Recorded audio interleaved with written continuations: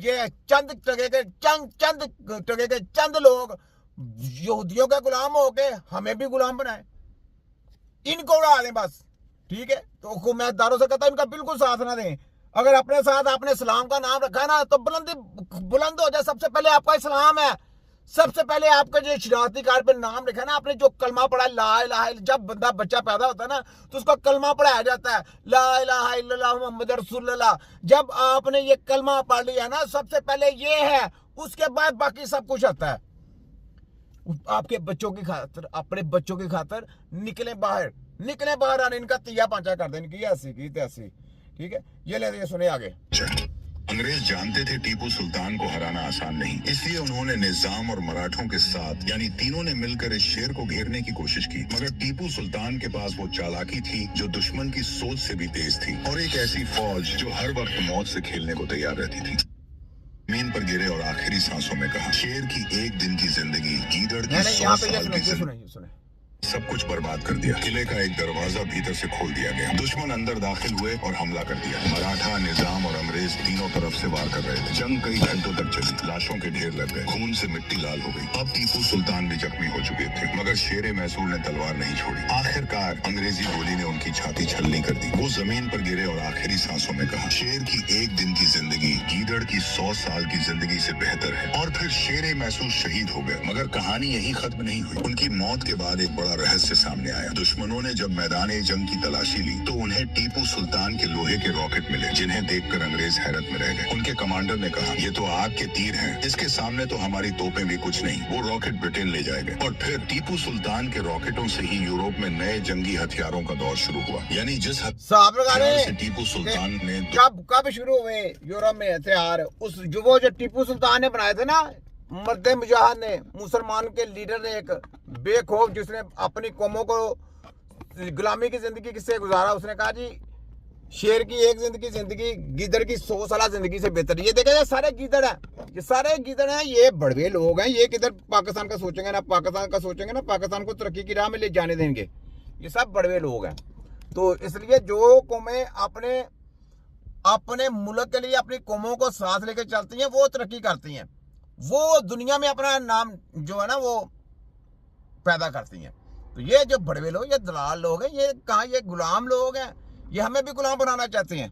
तो ये चीज़ है कि उनके दौर में जो हथियार थे वो देखो यूरोप ने उनको देख के बनाने शुरू कर दिए। इसलिए जो मुसलमान कौम है ना, इससे पूरी दुनिया डरती है। क्यों डरती है? इस वजह से कि ये बहुत इंटेलिजेंट है। हमने देखे पूरे वर्ल्ड में मेडिकल माफिया को कैसे कैच किया, हमने किया ना, हमारे अलावा कोई नहीं कैच कर सका, हमने किया इनको। ये चीजें सोचने वाली। दुश्मनों को हिला दिया था। वही हथियार आगे चलकर यूरोपीय जंगों में इस्तेमाल हुआ, और उसी रॉकेट ने यूरोप को नए हथियार बनाने का रास्ता दिखाया। इतिहास गवाह है, टीपू सुल्तान को तीनों ताकतों ने मिलकर मारा। मराठा की साजिश, निजाम की गद्दारी और अंग्रेजी गोलियों ने उनका खून बहा दिया। लेकिन वो अपने लहू से मिट्टी में ऐसा रंग भर गए जहाँ से हिंदुस्तान में पहली बार आजादी की चिंगारी उठी। जी हाँ दोस्तों, आजादी का पहला नारा लगाने वाला कोई और नहीं बल्कि वही शेर मैसूर टीपू सुल्तान था। अगर इतिहास की इस छोटी सी झलक ने आपके दिल में जोश जगा दिया हो तो अपने अल्फाज नीचे जरूर लिखें और शेर मैसूर की बहादुरी पूरी दुनिया तक पहुंचाए। वाह जी, हमने पहुंचाई जी। देखे जो बहादुर लोग हैं उनकी बातें आगे पहुंचानी चाहिए। हमने देखा सुना है, सब कुछ किया, फिर आगे पहुंचा भी दिए बात।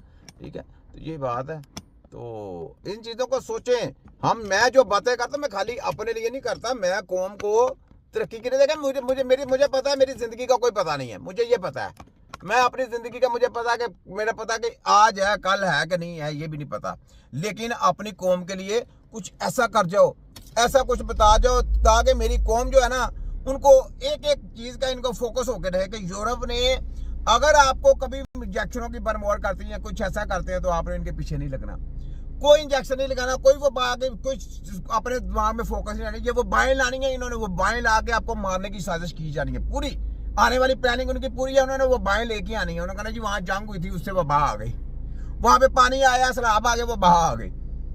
ऐसा सिलसिला कभी नहीं, याद रखो।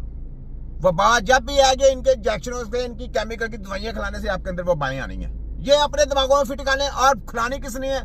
जिन्होंने मेडिकल के डॉक्टरों के झांसे में आना, या जिसने कानून साजी करनी है पाकिस्तान में, जो उस वक्त होगा, ये लिख लें, सुनहरी लफ्जों में लिख लें और सेव करके रख लें। कभी भी वो बात आएगी तो इस वीडियो को निकाल के सुन लेनी है और देख लेनी है। और जिस जिस मिनिस्टर ने या चिलिस्टर ने जो जो कहा होगा कि आपने ये इंजेक्शन लगाने हैं या ये दवाइयाँ खानी है, उसको पकड़ के सरेआम फांसी दिलवानी है।